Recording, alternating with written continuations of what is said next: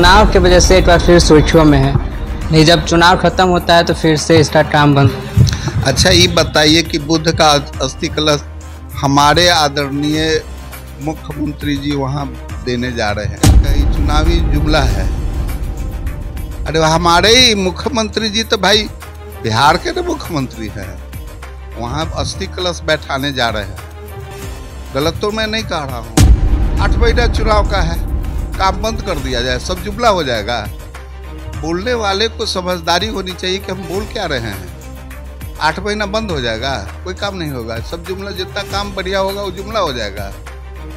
बात को समझिए, ऐसे बोलने वाले को समझाइए कि गलत पलत बोल करके नहीं, काम कर करके पब्लिक का दिल जीतिए। बीना देवी मुन्ना सुन्ना सब दावेदारी कर रहे हैं। अरे बीना देवी कोनो दावेदारी करने में कमजोर तो नहीं है, तो करना ही चाहिए दावेदारी।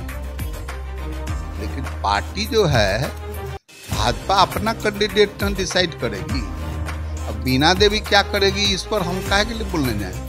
मुजफ्फरपुर में बंद पड़े पताही हवाई अड्डा एक बार फिर से सुर्खियों में है। बीजेपी के पूर्व मंत्री सुरेश शर्मा हमारे साथ हैं, मौके पर गए थे, जायजा लिए थे, क्या कहेंगे? पताही एयरपोर्ट पहले भी था। राजीव गांधी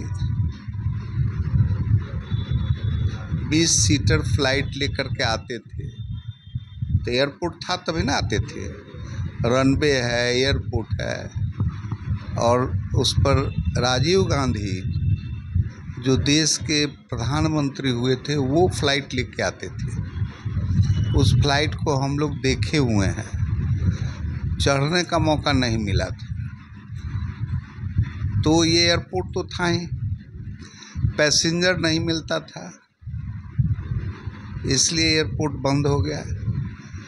अब महावीर की जन्म स्थली वैशाली, बुद्ध की कर्म स्थली वैशाली, भगवान राम और लक्ष्मण रामायण सर्किट से जुड़ा हुआ वैशाली, चूँकि वहाँ रात्रि विश्राम किए थे राम लक्ष्मण, रामायण का ये बात उद्धृत है। बहुत बड़ा पर्यटन स्थल बनने की संभावना उसकी है, अभी छोटा है। अस्थि कलश बुद्ध का वहाँ पर बड़े पैमाने पर बिल्डिंग बना है, और उसमें अस्थि कलश 1-2 महीने के अंदर ही मुख्यमंत्री जी का ऐलान हुआ है कि वहाँ बैठाने जा रहे हैं। तो एयरपोर्ट तो स्वाभाविक है कि वहाँ होना चाहिए, है कि नहीं? तो पिछले बार जब आए थे प्रधानमंत्री जी, तो पताही एयरपोर्ट की चर्चा पब्लिक ने किया, और हमने उनसे जाके कहा, उन्होंने कहा कि यहाँ से हवाई जहाज उड़ान भरेगी। तो ये हुआ। अब जब उसके बाद में उसका सर्वे हुआ तो मालूम हुआ कि ये 100 एकड़ ज़मीन है, 1200 कुछ यार्ड इसका रनवे है, इसमें बड़ी जहाज़ नहीं उतर सकती है। उस पर बहुत सारा पेपर भी आया कि 375 एकड़ ज़मीन चाहिए, और तो उतना तेल हो यहाँ न राधा जी न चिहन। लेकिन हम लोगों ने प्रयास किया, क्योंकि यशस्वी प्रधानमंत्री जी पूरे देश के अंदर रीजनल एयरपोर्ट बना रहे हैं। एयरपोर्ट पहले 2 ही किस्म का था, पहले नेशनल एयरपोर्ट था और इंटरनेशनल एयरपोर्ट है। आपका बिहार में गया इंटरनेशनल एयरपोर्ट है और पटना नेशनल एयरपोर्ट है। अभी दरभंगा भी नेशनल एयरपोर्ट है, चूँकि डिफेंस का वो ज़मीन था, उस पर एयरपोर्ट, वहाँ से हवाई जहाज उड़ना शुरू हो गया। ये रीजनल एयरपोर्ट जो न्यू कॉन्सेप्ट देश में हुआ, उसमें 8 जगह यूपी में रीजनल एयरपोर्ट बन रहा है। कई एक जगह कंप्लीट होने की स्थिति में है। बिहार में भी 2-3 जगह 4 जगह एयरपोर्ट नेशनल रीजनल एयरपोर्ट बन रहा है। मुजफ्फरपुर शुरू से उस चर्चा में है, रीजनल, हम लोग उसमें लगे हुए थे।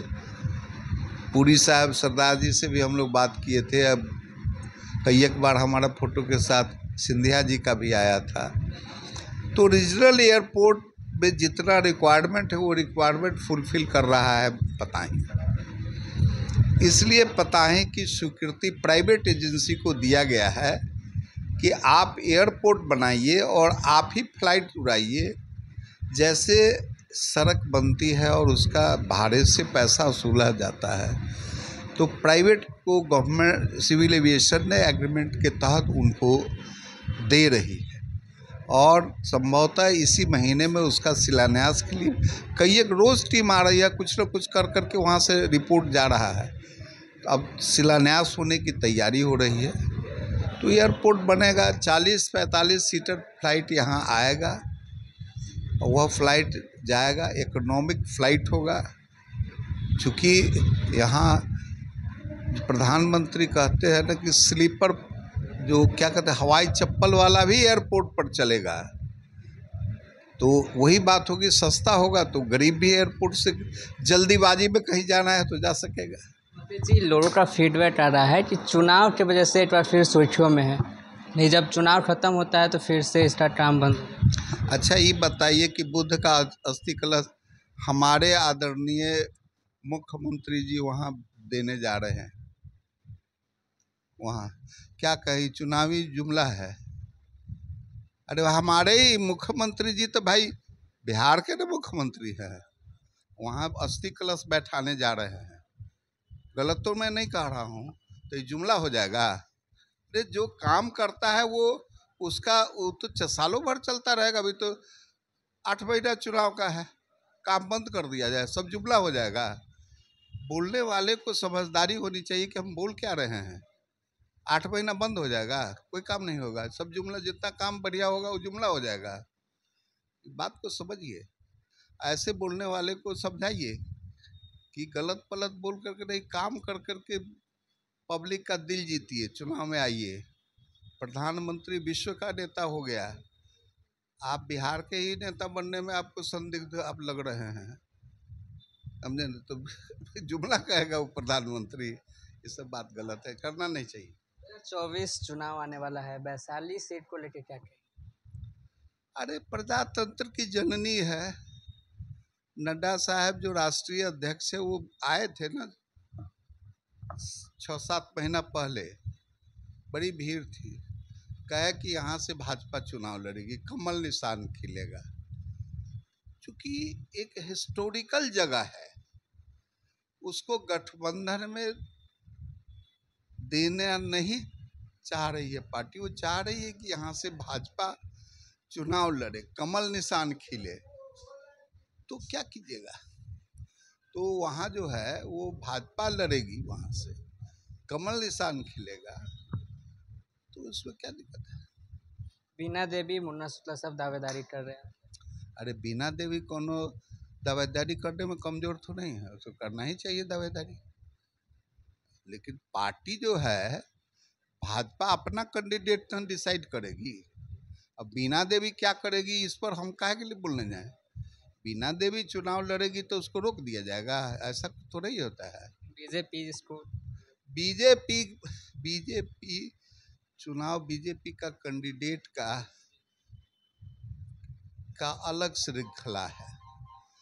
अब बीना देवी बीजेपी से हट करके दूसरे में गई, दूसरे से हट के तीसरे में गई, तब वो कहाँ जाएगी, क्या करेगी, इस पर हमको कुछ नहीं कहना है। पूर्व मंत्री सुरेश शर्मा हमारे साथ थे। 2024 के चुनाव से लेकर पताही एयरपोर्ट तक हमने उनसे बातचीत की है। तमाम खबरों के साथ बने रहे। मुजफ्फरपुर से हेडलाइंस बिहार के लिए ऋतुराज।